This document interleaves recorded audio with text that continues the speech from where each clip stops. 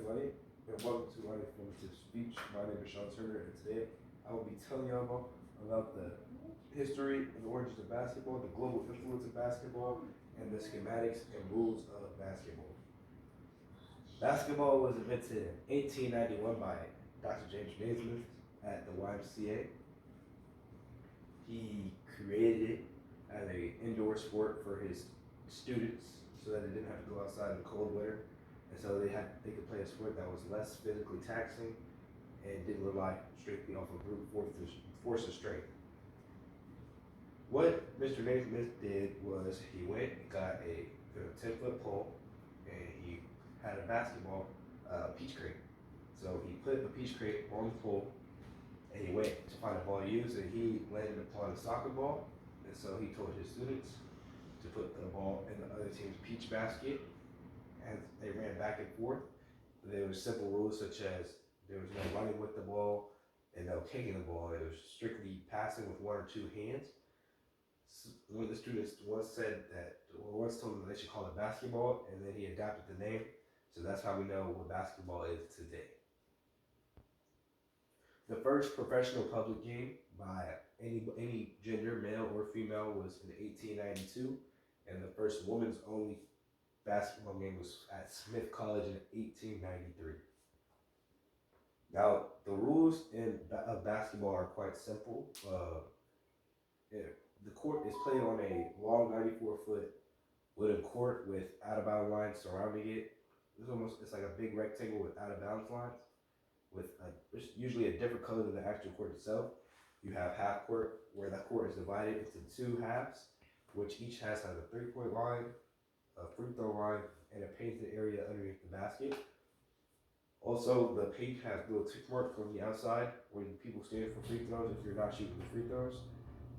And then you have, of course, the out-of-bounds line. The game is usually played in 4 quarters and 2 halves. Usually quarters range from 8 to 12 minutes, and coaches get 7 total timeouts, 2 which could be used as challenges. Now, the rules of basketball: you cannot run with the ball. That is called a travel. If you dribble the ball and you pick it up and you dribble it again, that is a travel or a double dribble. And if you stand in the painted area for too long, whether you're on offense or defense, it is a lane violation, which could occur in your team losing the ball or the other team getting free throws. Also, if there's any physical altercation that is unnecessary, that an official or referee feels like it was intentional contact, you can get hit with a technical foul, which requires the other team to get 2 free throws with nobody on the outside of the paint, or a flagrant foul, which not only gives them the 2 shots, it gives them the ball, and you have to get subbed out of the game. Now, there's a lot of other things in basketball, but one of the other major things about basketball is global influence. From the early days, it wasn't really popular until it hit around the 80s and 90s, where superstars started to come to the league, like Michael Jordan, Shaquille O'Neal, Kobe Bryant. And then as we entered the 2000s, we got people like Tim Duncan, LeBron, Kevin Garnett, Carmelo Anthony, Dwayne Wade, which only helped the sport grow as a brand, and not only a sport, as mostly a brand. There's a lot of influence around the world with basketball, like overseas, especially in China. China is one of the other major points in the world for basketball, where the NBA also has a little training camp for like non-American kids to go over there and play basketball.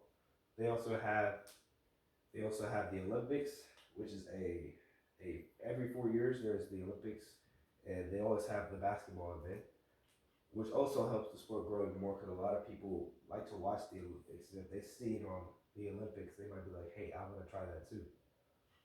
So the 3 main points of my informative speech was the origins of history of basketball, the rules and layout of basketball, and the brand and growing of basketball.